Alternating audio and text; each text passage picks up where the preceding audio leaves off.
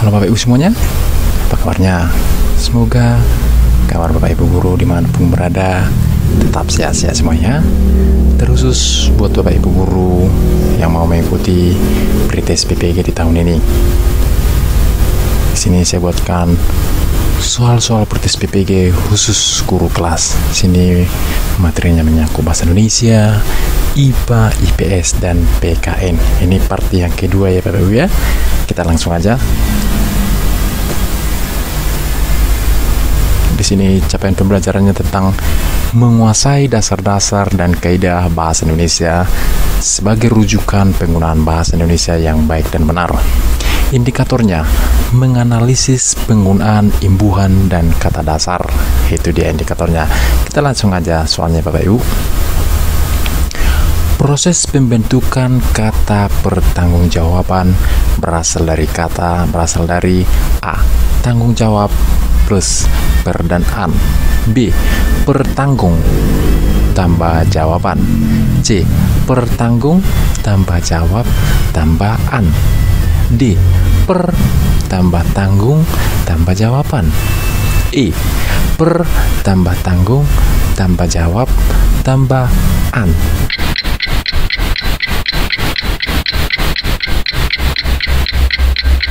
Jawabannya adalah yang A. Tanggung jawab tambah per dan an. Kita lihat pembahasannya. Proses pembentukan kata pertanggungjawaban berasal dari kata majemuk tanggung jawab sebagai bentuk dasar dan konfiks per an. Itu dia ya, kata per an ya Bapak Ibu. Kita lanjut soal yang berikutnya. Kita lihat capaian pembelajarannya. Menguasai dasar-dasar dan kaidah bahasa Indonesia sebagai rujukan penggunaan bahasa Indonesia yang baik dan benar. Indikatornya mengidentifikasi jenis dan bentuk kata. Kita lihat soalnya.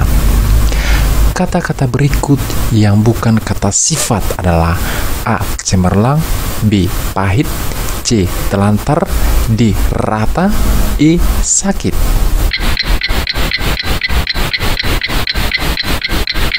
Jawabannya adalah C. Telantar. Kita lihat pembahasannya. Kata sifat atau adjektif adalah kata yang menyatakan sifat atau hal keadaan pada suatu benda. Kata sifat juga diartikan sebagai kata yang menerangkan kata benda. Pada umumnya, kata sifat dapat bergabung dengan kata lebih atau sangat. Kata yang tidak bisa digabung dengan kata lebih dan sangat adalah kata telantar, karena telantar termasuk kata kerja. Itu dia pembahasannya. Kita lanjut soal yang berikutnya. Kita lihat capaian pembelajarannya. Mampu merancang dan melaksanakan penelitian yang relevan dengan masalah pembelajaran sesuai kaidah penelitian ilmiah. Indikatornya disajikan kasus, peserta diminta menentukan rumusan masalah dan pemecahan sesuai dengan permasalahan yang dihadapi di kelas. Kita lihat contoh soalnya. Bu Santi hendak membelajarkan materi gelombang bunyi di kelas sekaligus ingin melakukan PTK. Pada pembelajaran yang pernah dilakukannya, banyak siswa yang tidak dapat mencapai KKM. Ia bingung masalah apa yang hendak diangkat dalam penelitian. Bu Santi mencoba membuat pertanyaan refleksi terhadap pembelajarannya. Contoh pertanyaan yang dapat membantu Bu Santi mengidentifikasi masalah PTK-nya adalah A. Apakah faktor-faktor yang mempengaruhi terjadi perambatan bunyi? B. Apakah strategi pemberian tugas dan jenis bahan pelajaran yang diberikan dalam pembelajaran gelombang bunyi cukup menantang siswa? C. Bagaimana cara membuktikan hubungan antara medium perambatan dan kecepatan merambat bunyi? D. Apakah kebiasaan sarapan pagi berpengaruh terhadap hasil belajar siswa dalam pelajaran gelombang bunyi? E. Bagaimana cara mendemonstrasikan gejala perambatan gelombang bunyi pada benda padat?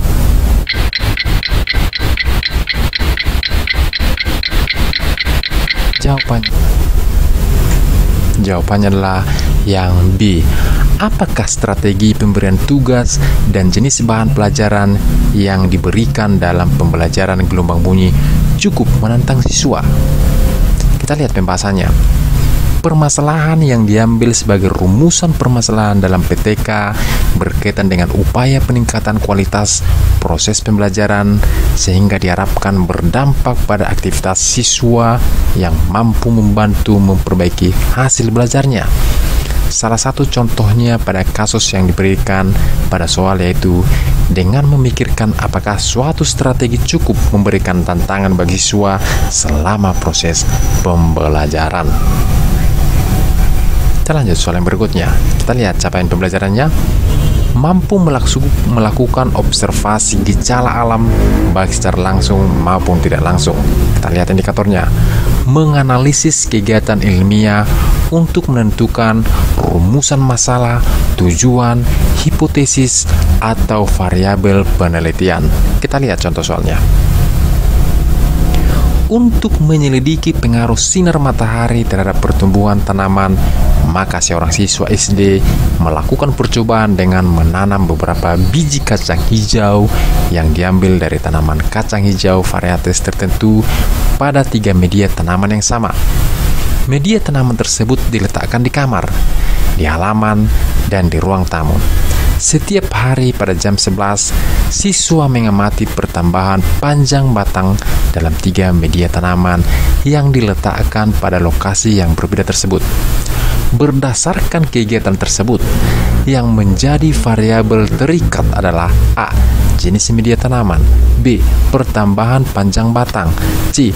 Jenis kacang hijau, D. Lokasi untuk meletakkan media tanam, E. Waktu pengamatan.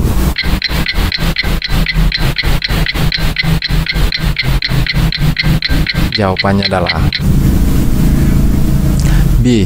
Pertambahan panjang batang. Kita lihat pembahasannya. Variabel adalah segala sesuatu yang akan menjadi objek pengamatan dalam penelitian atau sebagai gejala sesuatu yang bervariasi. Variabel penelitian dibedakan menjadi yang pertama, variabel bebas atau variabel penyebab atau independent variables. Variabel bebas adalah variabel yang menyebabkan atau memengaruhi, yaitu faktor-faktor yang diukur, dimanipulasi atau dipilih oleh peneliti untuk menentukan hubungan antara fenomena yang diobservasi atau diamati. Yang kedua, variabel terikat atau variabel tergantung atau dependent variable. Variabel terikat adalah faktor-faktor yang diobservasi dan diukur untuk menentukan adanya pengaruh variabel bebas, yaitu faktor yang muncul atau tidak muncul atau berubah sesuai dengan yang diperkenalkan oleh peneliti. Berdasarkan contoh kasus yang diberikan, maka variabel terikat adalah pertambahan panjang batang. Kita lihat soal yang berikutnya Bapak Ibu. Kita lihat capaian pembelajarannya. Teori aplikasi pedagogis atau pedagogical content knowledge, minimal teori belajar, evaluasi proses dan hasil belajar, kurikulum, dan prinsip-prinsip pembelajaran bidang studi yang mendidik. Kita lihat indikatornya. Menentukan media pembelajaran berbasis TI yang sesuai dengan pembelajaran IPS. Kita lihat soalnya. Jika guru IPS akan mengajarkan materi tentang keterampilan mengidentifikasi pergerakan matahari dan pengaruhnya pada musim di Indonesia, maka media pembelajaran berbasis IT yang utama adalah A. Peta benda-benda langit, B. Google Map berbasis Android, C. Peta tematik berbasis Android, D. Peta buta berbasis multimedia, E. Animasi tentang revolusi bumi.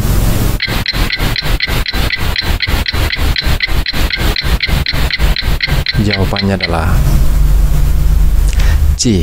Peta tematik berbasis Android. Kita lihat pembahasannya. Media pembelajaran berbasis IT yang utama untuk mengembangkan keterampilan mengidentifikasi pergerakan matahari dan pengaruhnya pada musim di Indonesia adalah peta tematik berbasis Android yang tersedia berupa aplikasi dalam handphone guru dan peserta didik. Peta benda-benda langit dan Google Map belum ada dalam Android. Demikian juga belum tersedia dalam bentuk animasi.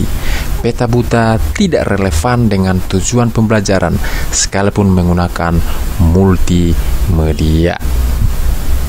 Kita lanjut soal berikutnya. Kita lihat capaian pembelajarannya. Menguasai konsep teoritis materi pelajaran IPS yang diampu secara mendalam. Indikatornya, mengembangkan peran konsep ilmu-ilmu sosial dalam materi IPS SD. Kita lihat contoh soalnya. Tujuan utama pembelajaran IPS adalah menjadikan peserta didik sebagai warga negara yang baik dalam kehidupan masyarakat majemuk yang demokratis. Oleh karenanya, materi pembelajaran IPS seharusnya memberikan pengetahuan yang kontekstual, yaitu A. Menyajikan pengetahuan, fakta dan fenomena yang sesuai dengan materi, tujuan pembelajaran serta sesuai dengan konteks sosial budayanya. B. Menyajikan pengetahuan, fakta, dan fenomena terkini sehingga peserta didik memiliki pengetahuan up to date. C. Menyajikan pengetahuan, fakta, dan fenomena yang aktual sehingga peserta didik memahami perkembangan masyarakat. D. Memberikan perspektif yang baru tentang pengetahuan, fakta, dan fenomena kehidupan masyarakat yang modern. E. Menyajikan masalah sosial yang dihadapi oleh masyarakat modern dan dinamis sehingga peserta didik tanggap terhadap perubahan dan modernitas.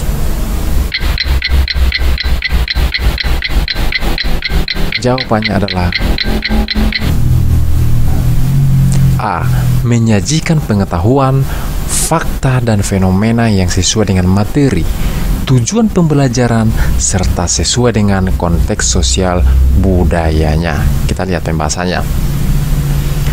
Pembelajaran IPS yang kontekstual yaitu pembelajaran yang menyajikan fakta, konsep, serta fenomena sosial dan budaya yang benar-benar terjadi di dalam masyarakat dan sesuai dengan kehidupan nyata peserta didik. Pembelajaran kontekstual diharapkan memberikan pengetahuan yang praktis bagi peserta didik untuk dapat memahami dan mengatasi masalah sosial yang dihadapinya. Dalam merancang pembelajaran, semestinya guru memilih dan menyesuaikan dengan tujuan pembelajaran. Fenomena politik, ekonomi, sosial, dan budaya disajikan secara integrated dalam satu tema yang berakar pada kehidupan masyarakat. Pembelajaran IPS juga harus menyajikan problem yang dihadapi oleh masyarakat, sehingga memberikan bekal pengetahuan yang memadai kepada siswa. Perlu juga disajikan potensi dan sumber daya yang ada serta dimilikinya sehingga memberikan inspirasi dan ide bagi peserta didik untuk menyelesaikan persoalan tersebut.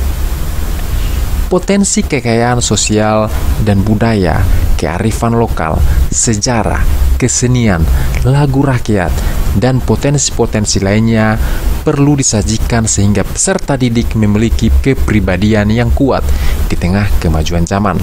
Konsep dan teori sosial yang terkini sangat penting untuk diajarkan karena akan memberikan tambahan wawasan dan paradigma kepada peserta didik. Akan tetapi, hal tersebut belum tentu relevan dengan dinamika kehidupan masyarakat di mana peserta didik tinggal karena didasarkan pada fenomena dan fakta dari masyarakat lain atau masyarakat barat yang secara sosial dan kultural berbeda dengan masyarakat Indonesia. Masalah sosial yang aktual, yang modern, dan dinamis perlu juga disampaikan agar peserta didik tidak gagap terhadap perkembangan ilmu pengetahuan dan teknologi. Namun sekali lagi, masalah sosial yang terjadi di masyarakat modern berbeda dengan masalah yang dihadapi oleh masyarakat yang sedang berkembang seperti masyarakat Indonesia. Itu dia pembahasannya. Kita lanjut soal yang berikutnya. Mampu melaksanakan pembelajaran yang mendidik dengan suasana dan proses pembelajaran yang sesuai dengan kaidah pedagogik untuk memfasilitasi pengembangan karakter dan potensi diri siswa sebagai pembelajaran mandiri atau self-regulate learner. Itu dia capaian pembelajarannya. Kita lihat indikatornya. Mampu menilai kelebihan dan kelemahan pembelajaran PPKN dengan model kooperatif. Kita lihat contoh soalnya.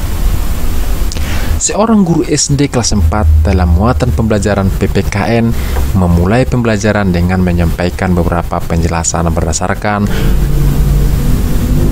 pokok-pokok materi pembelajaran, lalu membentuk kelompok untuk melaksanakan kegiatan pembelajaran. Setelah selesai tugasnya, siswa melaporkan hasil diskusi kelompoknya. Setelah presentasi, siswa diberi hadiah sebagai penghargaan atas keberhasilannya. Guru tersebut menerapkan model pembelajaran A. Kontekstual, B. Direct, C. Berbasis masalah, D. Kooperatif, E. Berbasis proyek. Jawabannya adalah D. Kooperatif. Kita lihat pembahasannya. Guru SD kelas 4 yang memulai pembelajaran dengan menyampaikan penjelasan berdasarkan pokok-pokok materi pembelajaran, membentuk kelompok untuk melaksanakan kegiatan pembelajaran, dan melaporkan hasil diskusi kelompok. Ini menerapkan model pembelajaran kooperatif. Pembelajaran kooperatif dalam pembelajaran PPKN mengajarkan kepada peserta didik keterampilan kewarganegaraan atau civil skill. Kita lanjut soal yang berikutnya. Kita lihat capaian pembelajarannya. Mampu menguasai konsep teoritis materi pelajaran PKN yang diampu secara mendalam meliputi bidang atau aspek Pancasila, Undang-Undang Dasar 1945, NKRI, dan Bhinneka Tunggal Ika. Indikatornya, mampu memberi contoh penerapan fungsi Pancasila sebagai dasar negara RI. Kita lihat contoh soalnya. Pancasila merupakan landasan bagi penyelenggara negara dan pelaksanaan sistem pemerintahan. Konsekuensi penerapan fungsi Pancasila sebagai dasar negara RI adalah A. Segala peraturan yang ada harus berdasar dan bersumber Pancasila. B. Pancasila menjadi pedoman dalam kehidupan sehari-hari. C. Pancasila menjadi alat pemersatu bangsa. D. Pancasila menjadi kepribadian bangsa Indonesia. E. Ciri khas bangsa Indonesia. Jawabannya adalah A. Segala peraturan yang ada harus berdasar dan bersumber Pancasila. Kita lihat pembahasannya. Konsep kunci yang perlu dicermati adalah fungsi Pancasila dalam konteks dasar yang bersifat mendasari serta lingkup wadah atau negara, bukan dikaitkan dengan bangsa atau manusianya. Sebagaimana pengecoh jawaban yang menekankan bangsa atau kehidupan sehari-hari manusianya. Kata yang jelas membantu adalah landasan bagi penyelenggara negara dan pelaksanaan pemerintahan. Pancasila merupakan landasan bagi penyelenggara negara dan pelaksanaan sistem pemerintahan. Sebagai dasar negara, Pancasila merupakan sumber dari segala sumber hukum, di mana segala peraturan yang ada harus berdasar dan bersumber pada Pancasila. Sejalan dengan teori Hans Kelsen tentang kaidah hukum berjenjang, artinya peraturan di bawah harus berperumahan dan tidak boleh bertentangan pada peraturan di atasnya. Maka pasal 7 Undang-Undang Nomor 12 Tahun 2011 tentang pembentukan peraturan perundang-undangan menyebutkan bahwa hierarki peraturan perundangan di Indonesia adalah sebagai berikut. Yang pertama, Undang-Undang NKRI tahun 1945. 2. Ketetapan MPR. C. Undang-undang atau peraturan pemerintah. Yang D. Peraturan pemerintah atau PP. Yang E. Peraturan presiden atau Perpres. F. Peraturan daerah provinsi. G. Peraturan daerah kabupaten ataupun kota. Itu dia pembahasannya. Ya, demikianlah soal-soal praktis PPG khusus guru kelas. Semoga bermanfaat buat Bapak Ibu guru semuanya. Semoga Bapak